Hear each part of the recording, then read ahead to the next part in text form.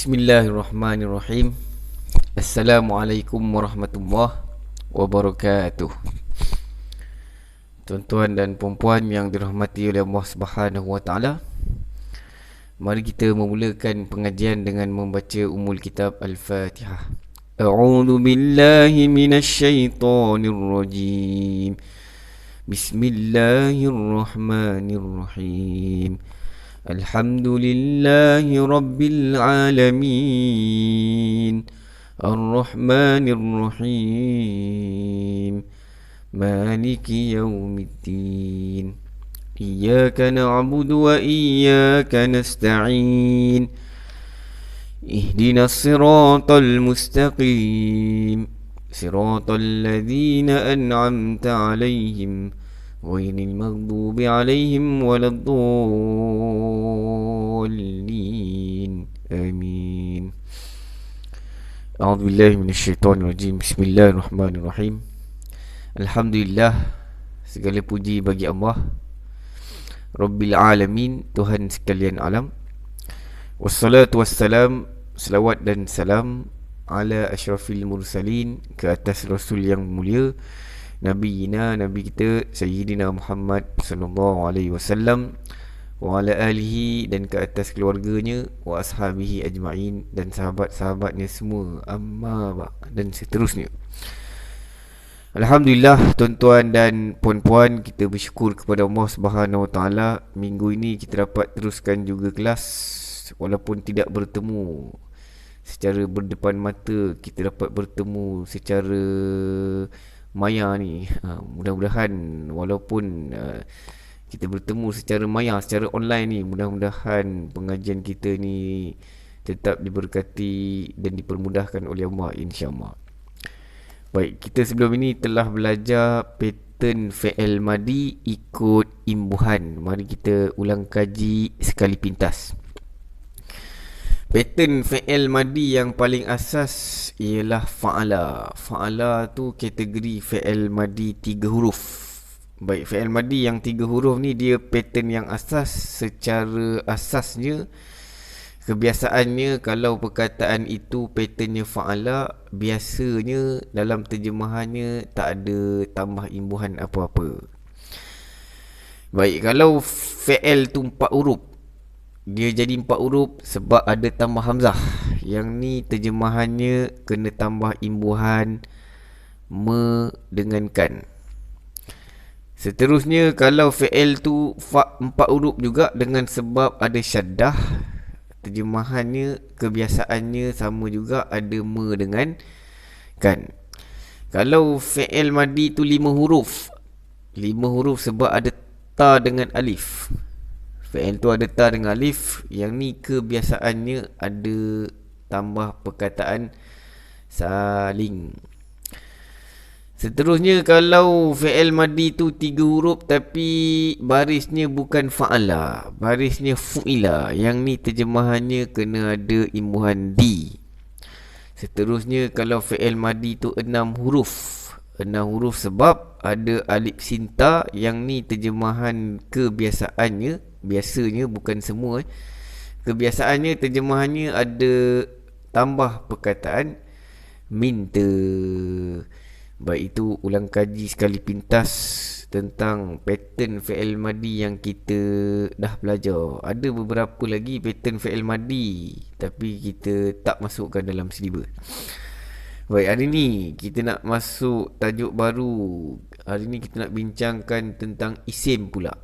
Kita nak masuk tajuk isim. Orang Melayu kata nama, orang Inggeris kata noun.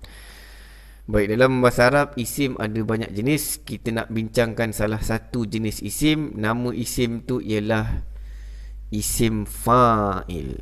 Isim fa'il ni ialah sejenis isim yang mana terjemahannya kena tambah perkataan orang yang ataupun pe. Baik, kalau saya kata orang yang malas ataupun pemalas, itu isim fa'il. Orang yang rajin, itu isim fa'il. Orang yang main ataupun pemain, itu adalah isim fa'il. Baik, isim fa'il ni dia ada banyak pattern. Macam fi'il madi juga, dia ada banyak pattern-pattern dia. Hari ni kita nak bincangkan salah satu pattern isim fa'il, iaitu fa'il.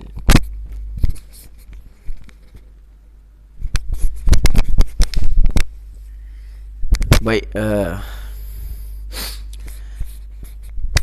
baik, dalam bahasa Arab banyak perkataan yang pattern dia sama bunyi dengan fa'il ni. Dan perkataan tu ada sebahagiannya dalam bahasa Melayu. Mari kita tengok beberapa contoh. Baik, contoh isim fa'il ialah bakhil. Bakhil ni ada dalam bahasa Melayu. Dulu Piramli buat cerita tentang Haji Bakhil. Jahil, jahil pun ada juga dalam bahasa Melayu. Akil baligh itu bahasa Arab tu. Alim, alim pun sebenarnya bahasa Arab. Arif, hakim, hafiz, ini semua adalah contoh isim fa'il. Macam mana kita tahu dia isim fa'il? Baik, kita tahu semua perkataan isim fa'il sebab pattern dia. Berdasarkan pattern perkataan ni, kita dapati bahawa perkataan ni dia ada 4 huruf. Kalau perkataan tu ada 4 huruf, bermakna ada huruf tambahan.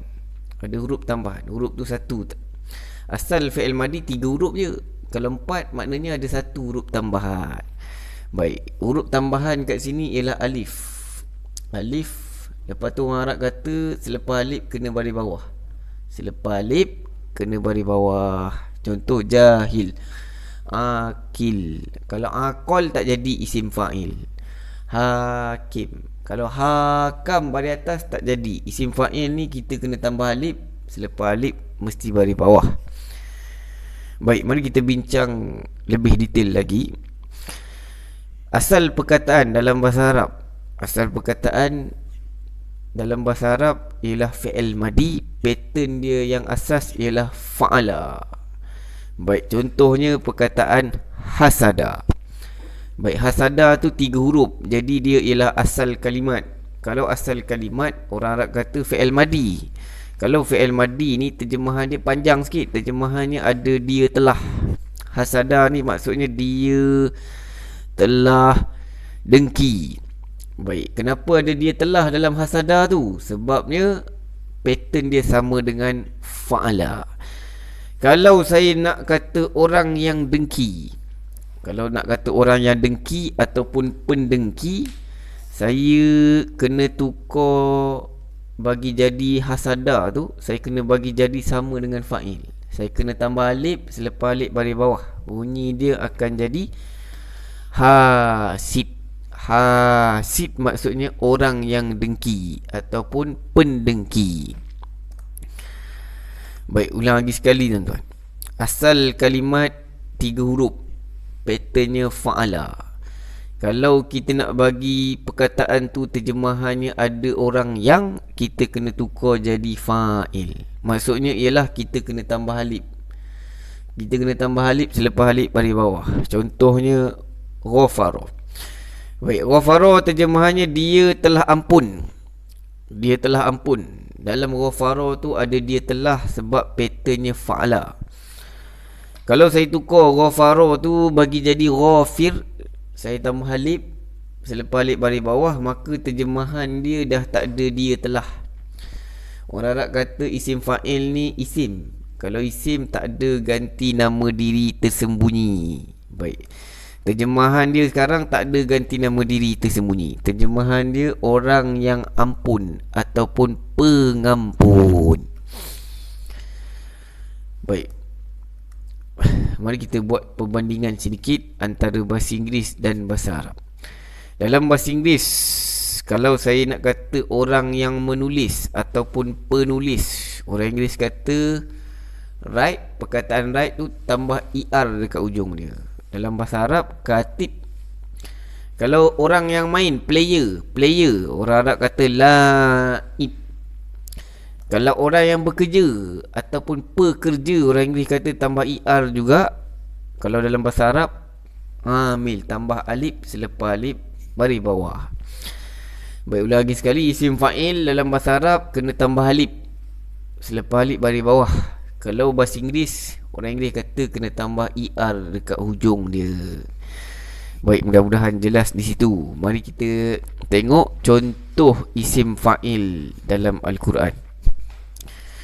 Baik, Allah Subhanahu Wa Taala berfirman, A'udzu billahi minasyaitonir rajim.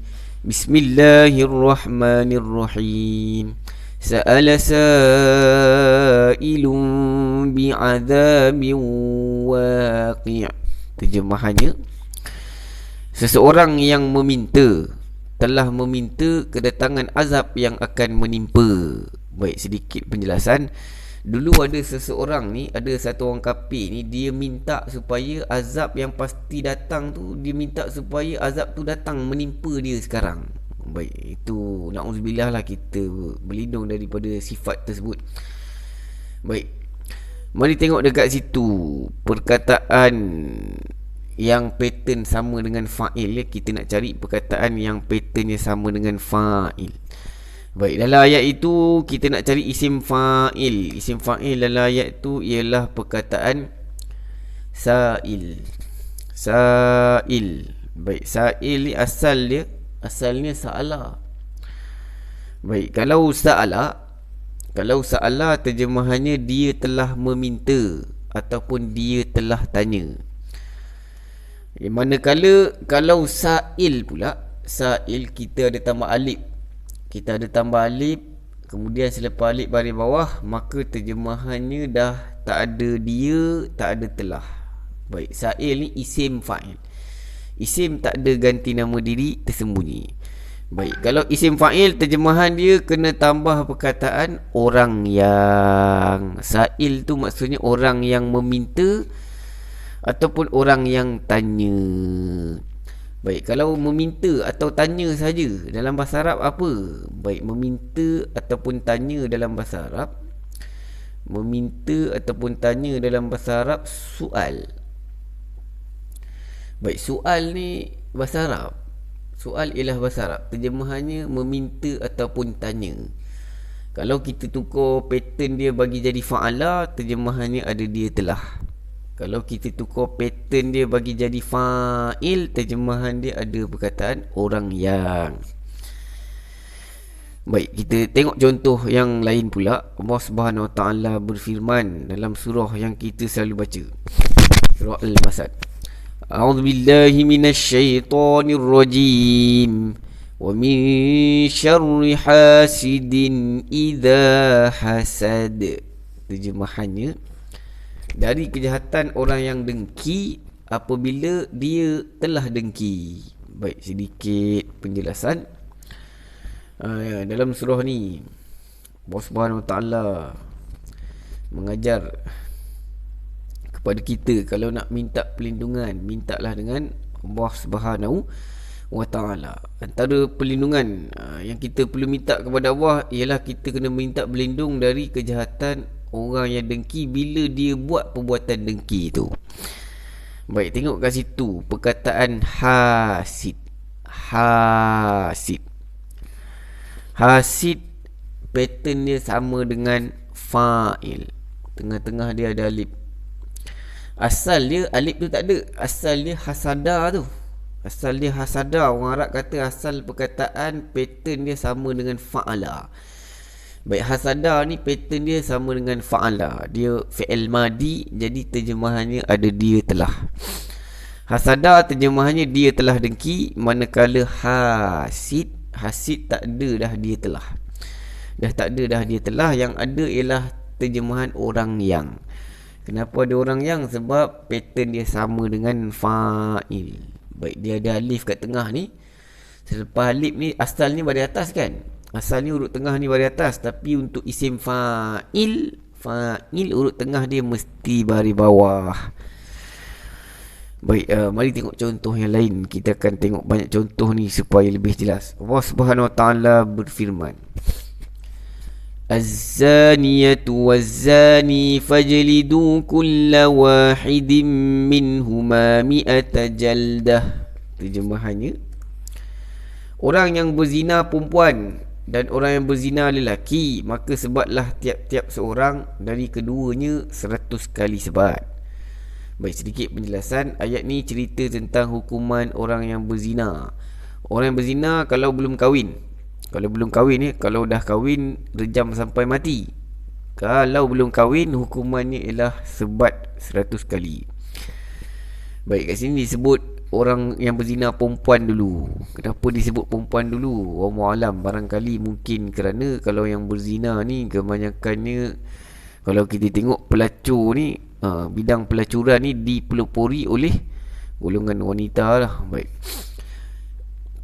Okay, baik, tengok kat situ tuan-tuan dan perempuan. Perkataan az-zaniyatu dengan wazani. Az-zaniyatu dengan zani. Baik, perkataan zani. Zani tu dia punya pattern dia sama dengan fa'il. Okay, yang alif lam ni tanda isim, dia tidak termasuklah dalam pattern tu. Alif lam ni dia tidak termasuk dalam pattern. Alif lam ni tanda isim tu spesifik. Kat sini orang yang berzina ni spesifik merujuk kepada orang yang berzina yang belum kahwin. Baik, az-zani terjemahannya orang yang berzina. Orang yang berzina. Dalam terjemahannya ada perkataan orang yang. Dalam terjemahan dia ada perkataan orang yang sebab zani, pattern dia sama dengan fa'il. Maksud sama ialah dia ada tambah alif kat tengah, selepas alif baris bawah. Baik, kalau zaniah ni pula orang yang berzina perempuan. Orang Arab kata kalau nak jadikan isim tu daripada laki ke perempuan, senang saja, tambah saja ta marbutah dekat ujung. Baik, kalau perkataan zina saja. Zina saja dalam bahasa Arab, zina. Dalam Al-Quran Allah berfirman, wala taqrabuz zina. Baik, zina terjemahannya ialah zina. Zina terjemahannya ialah zina. Kalau fi'il madi dia zana. Fi'il madi dia zana. Okay, zana lebih kurang gini lah aja dia. Okay, lebih kurang gini aja ni, zana. Zana fi'il madi, terjemahannya dia telah zina. Kalau zina saja dalam bahasa Arab, zina. Kalau zani, orang yang berzina. Kalau ada jumpa nama orang, mana-mana nama orang, kalau nama dia zana, makna dia tak elok lah. Zana ni maksudnya dia telah berzina. Zana, dia telah berzina. Kalau zina, zina memang jelas-jelas tak elok. Zani pun nama tak elok juga. Maksud dia orang yang berzina. Baik, seterusnya Allah Subhanahu wa ta'ala berfirman, was-sariqu was-sariqatu faqta'u aydiyahuma jazaa'an bima kasaba nakalam minallah. Terjemahannya, lelaki yang mencuri dan perempuan yang mencuri, potonglah tangan keduanya sebagai pembalasan bagi apa yang mereka kerjakan dan sebagai siksaan dari Allah. Baik, kat situ Allah Subhanahu Wa Taala menyebutkan tentang hukuman bagi pencuri laki dan perempuan. Hukuman bagi mereka ialah dipotong tangan mereka. Potong tangan kanan, curi lagi potong tangan kiri pula. Baik, itu hukuman yang sesuai bagi pencuri. Baik, tengok kat situ perkataan sariku dengan sarikotu. Perhatikan perkataan sariku dengan sarikotu. Baik, sariku dengan sarikotu ni tengah-tengahnya ada alif. Tengah-tengah ada alif, selepas alif baris bawah. Jadi pattern dia sama dengan fa'il. Sariku tu pattern dia sama dengan fa'il. Yang alif lam ni kita abaikan lah ya. Alif lam ni dalam ilmu nahu dia adalah tanda isim.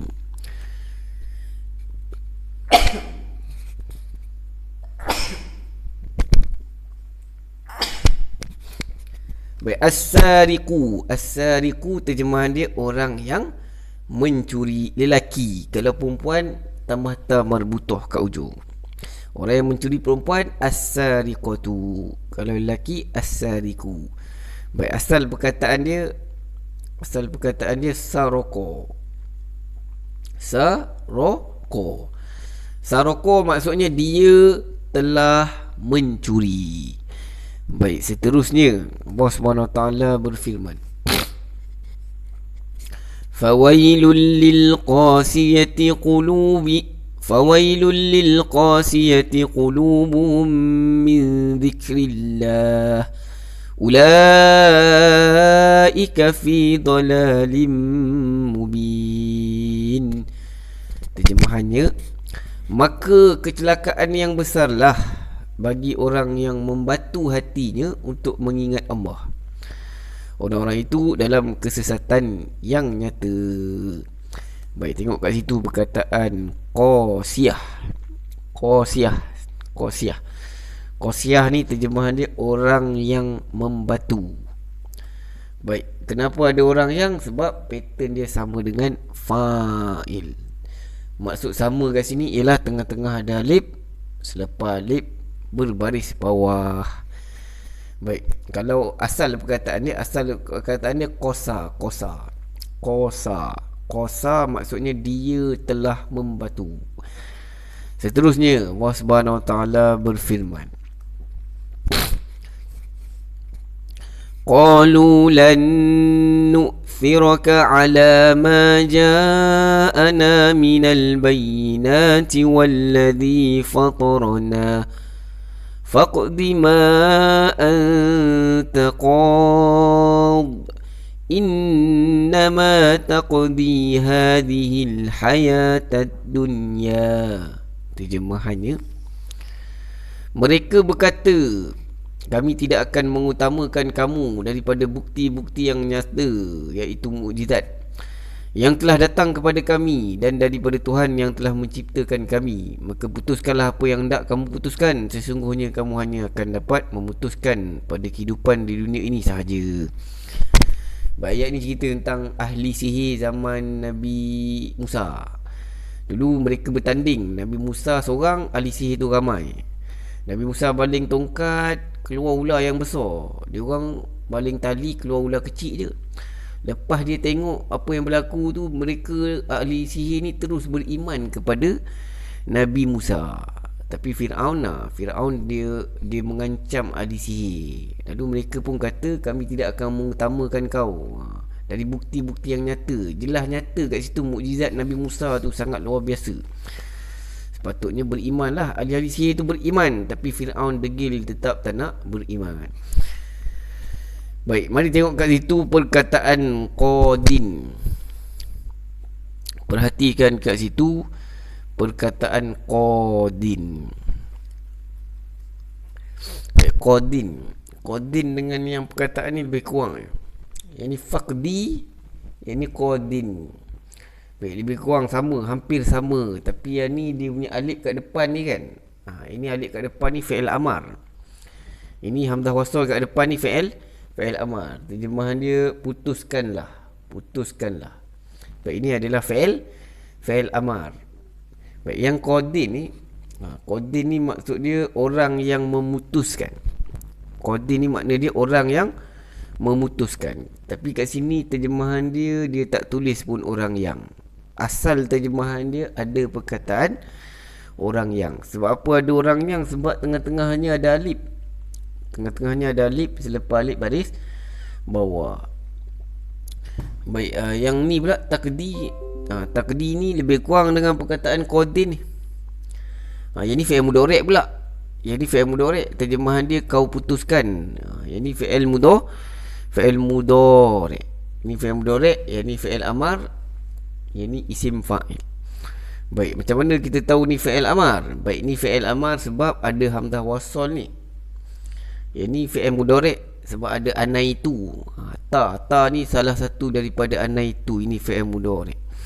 Baik, fi'il mudhari' dan fi'il amar kita belum belajar secara spesifik lagi.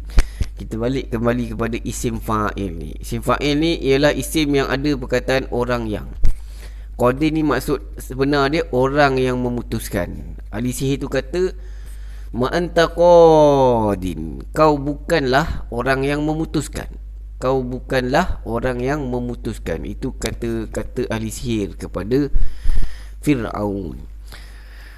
Baik, seterusnya Allah Subhanahu Wa Taala berfirman,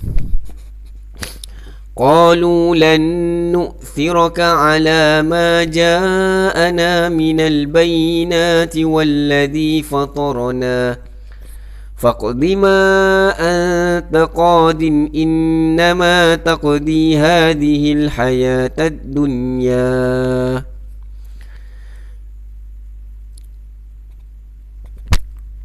Baik, ini ayat yang tadi Ini ayat yang tadi, qadin. Ini ayat yang tadi, qadin ni maksud dia kau putuskanlah. Baik. Minta maaf, kat sini iqdi kan. Tadi saya dah sebutkan bahawa iqdi ni maknanya kau putuskanlah. Ini fi'il amar sebab ada hamzah wasal. Baik, kemudian saya sebut tadi taqdi ni fi'il mudhari'. Fi'il mudhari' sebab ada ta ni tanda fi'il mudhari', terjemahan dia kau putuskan. Baik, yang isim fa'il kat sini qadin, terjemahan dia orang yang putuskan. Baik, mari tengok contoh yang lain. Allah Subhanahu Wa Taala berfirman, Qala araghibun anta an alihati ya Ibrahim la illam tantahi la arjumannak wahjurni maliya. Baik, berkata Bapa Nabi Ibrahim berkata, bencikah kau kepada Tuhanku, wahai Ibrahim? Jika kau tak berhenti, maka nescaya kau akan kurjam, dan tinggalkanlah aku buat waktu yang lama. Baik, Bapa Ibrahim tanya kepada Nabi Ibrahim, kau benci sangat ke dengan Tuhanku? Kalau kau tak berhenti, bapaknya mengancam untuk merejam Nabi Ibrahim. Baik, begitulah zaman dahulu. Mereka memaksa orang lain untuk ikut agama mereka. Adapun dalam agama Islam kata la ikraha fid din, tak ada paksaan dalam agama. Tak boleh kita paksa orang masuk agama Islam. Baik, tapi agama lain zaman dahulu mereka paksa orang untuk ikut agama mereka. Kalau tak ikut, ada yang kena bunuh, ada yang kena rejam, dan macam-macam lagi. Baik, tengok kat situ perkataan Raghibun. Baik, Raghibun ni pattern dia sama dengan fa'il. Sama sebab ada alif kat sini. Tengah-tengah dia balik bawah. Baik, perkataan Raghib'an. An ni huruf jar. Baik, Raghib'an ni terjemahan dia orang yang benci. Dia Raghib ni kalau selepas dia fi. Kalau selepas dia fi maksudnya orang yang suka. Tapi kalau letak an, terjemahan dia jadi berlawanan. Terjemahan dia orang yang benci. Baik, kat sini terjemahan dia ada perkataan orang yang, sebab pattern dia sama dengan fa'il. Baik, mari tengok contoh yang lain. Allah Subhanahu Wa Taala berfirman,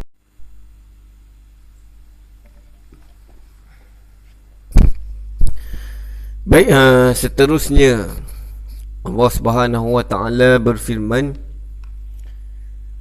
Innal muslimina wal muslimati wal mu'minina wal mu'minati wal qanitina wal qanitati was sadiqina was sadiqat والصابرين والصابرات والخاشعين والخاشعات والمتصدقين والمتصدقات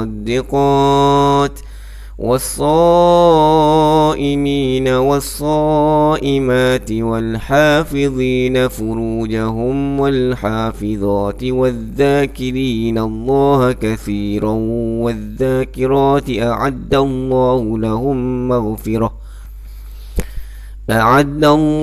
لهم مغفرة وأجرا عظيما.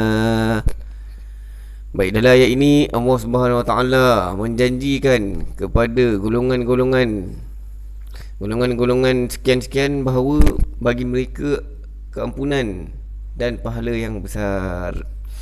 Baik, dalam ayat ini majoriti perkataan dalam ayat ini ialah isim fa'il. Muslimin ni isim fa'il, muslimat ni isim fa'il. Baik, tapi hari ni kita nak bincangkan isim fa'il yang basic, iaitu isim fa'il yang mana pattern dia fa'il. Baik, isim fa'il dekat sini yang patternnya fa'il, yang pertama ialah al-qanitina. Baik, al-qanitina ada alif lam. Alif lam ni tanda isim. Ada yanun dekat ujung tu, tanda dia jamak muzakkar salim. Kalau buang yanun, buang alif lam, tinggal qanit, sama dengan fa'il. Terjemahan dia orang yang taat. Tapi kat sini ada yanun, jadi dia jamak, maka terjemahannya orang-orang. Orang-orang yang taat. Yang ni lelaki. Kalau qanitat pula, orang-orang yang taat, perempuan. Baik, kat sini dia ada tanda jamak muannas salim. Jadi terjemahan dia orang-orang yang taat, perempuan. Seterusnya as-sadiqin. Baik, alif lam kat depan ni tanda isim, yanun dekat ujung tanda jamak. Kalau buang yanun ni, tinggal sadiq. Sadiq, asal perkataan tu sodaqah. Kita selalu sebut sadaqallahul azim. Baik, terjemahan sodaqah, dia telah benar. Tapi yang ni sadiq, pattern dia sama dengan fa'il, maka terjemahan dia orang yang benar. Baik, yang ni ada yanun, jadi dia jamak, maka terjemahannya orang-orang yang benar. Baik, kemudian sadiqat sama juga, maksud dia orang-orang yang benar, tapi yang tu perempuan. Seterusnya as-sabirina. As-sabirina selalu kita sebut sabar. Sabar. Dalam Al-Quran Allah berfirman, wa tawasau bil haqqi wa tawasau bis sabr. Sabr, perkataan sabr maksudnya sabar. Kalau sobaro, sobaro dia telah sabar. Manakala kalau sobir, sobir, kalau sobir orang yang sabar. Tapi kat sini ada yanun, dia jamak, maka terjemahannya orang-orang yang sabar. Baik, sabirat pun sama, maksudnya orang-orang yang sabar tapi perempuan. Seterusnya al-khashi'in. Kita selalu sebut perkataan khusyuk. Selalu kita sebut kha tu baris depan, khusyuk. Baik, khusyuk maksudnya khusyuk. Tapi kalau khashi'in, orang yang khusyuk. Seterusnya al-khashi'at sama juga, maksud dia pun sama, orang yang khusyuk tapi perempuan. Baik, seterusnya al-mutasaddiqin ni isim fa'il juga, tapi dia pattern yang lain, maka kita tak bincang. Kita pindah ke as-saimin. Baik, as-saimin ni pattern dia fa'il. Dia ada alif. Ada alif kat tengah. Dan selepas alif baris bawah. Baik, yang ni dia isim fa'il mengikut pattern yang basic, pattern fa'il. Baik, selalu kita sebut saum. Saum, saum, nawaitu sauma ghadin. Aku berniat puasa esok hari. Baik, saum puasa. Kalau saimin ni, saimin maksudnya orang yang berpuasa. Baik, ada yanun, maka dia dah jadi jamak, jadi terjemahannya orang-orang yang berpuasa. Seterusnya saimat, orang-orang yang berpuasa juga tapi perempuan. Kemudian hafiz. Hafiz kita selalu sebut hafaz. Hafaz maksudnya memelihara. Kalau hafizin, orang-orang yang memelihara. Baik, seterusnya az-zakirin. Az-zakirin selalu kita sebut zikrullah. Baik, kita selalu sebut perkataan zikir. Zikir maksudnya ingat. Zikir maksudnya ialah ingat. Zikir ingat. Kalau zikrullah, ingat Allah. Kalau zakaro, dia telah ingat. Kalau zakir, zakir orang yang ingat. Baik, kat sini dia jamak, jadi terjemahannya orang-orang yang ingat Allah. Baik, seterusnya wazakirat, orang-orang yang ingat Allah juga tapi perempuan. Baik, okay, habis contoh isim fa'il dalam ayat ini. Mari kita buat latihan tukar fi'il madi kepada isim fa'il. Baik, latihan ni sepatutnya saya tanya tuan-tuan dan perempuan kena jawab lah. Tapi oleh kerana ini rakaman, jadi saya tanya, saya jawab sendiri. Baik, fi'il madi pattern yang asal ialah fa'ala. Manakala isim fa'il pattern yang asas, yang basic fa'il. Baik, contoh perkataan yang pertama, hamala. Hamala terjemahannya dia telah bawa. Kalau saya nak kata orang yang bawa, hamil. Selalu kita sebut ibu hamil. Hamil tu maksudnya orang yang bawa. Ibu hamil maksudnya orang yang bawa sesuatu dalam perutnya. Baik, seterusnya fasaqo. Fasaqo terjemahannya dia telah ingkar. Baik, fasaqo ni terjemahannya ada dia telah, sebab pattern dia sama dengan fa'ala. Kalau saya nak kata orang yang ingkar, tukar jadi fa'il, tambah alif dekat tengah, selepas alif baris bawah, dia akan jadi fasik. Fasik sama dengan kafir. Baik, fasik sama dengan kafir. Bezanya kafir ni orang yang ingkar, tak nak beriman kepada Allah. Kalau fasik ni orang tu dia percaya kepada Allah, dia beriman, tapi dia ingkar, tidak mahu taat kepada Allah Subhanahu wa taala. Baik, seterusnya aqala. Aqala maksudnya dia telah berakal. Kalau orang yang berakal, akil.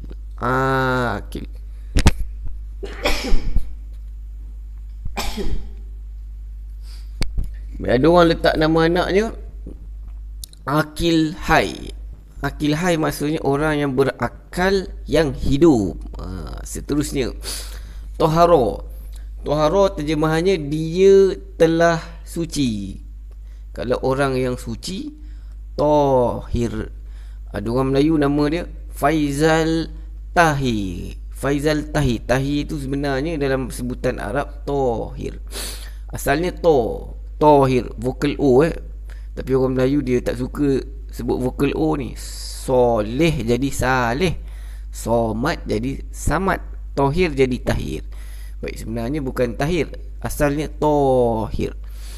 Tohir maksudnya orang yang suci. Kemudian Balago. Balago terjemahannya dia telah sampai. Kalau orang yang sampai, baligh. Baik, kita selalu sebut ni perkataan akil baligh. Baik, kalau orang lelaki biasanya umur 15 dia sudah akil baligh. Akil tu makna asal dia ialah orang yang berakal. Maksudnya waktu tu dia sudah boleh guna akal, dia boleh tahu baik dan buruknya. Kemudian kita kata dia baligh. Baligh ni maksudnya orang yang sampai. Kalau dari segi umur maksudnya ialah dia orang yang sampai umur remajanya.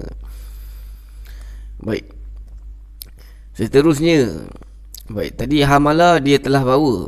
Hamala tadi kita kata dia telah bawa. Ini adalah fi'il madi ya.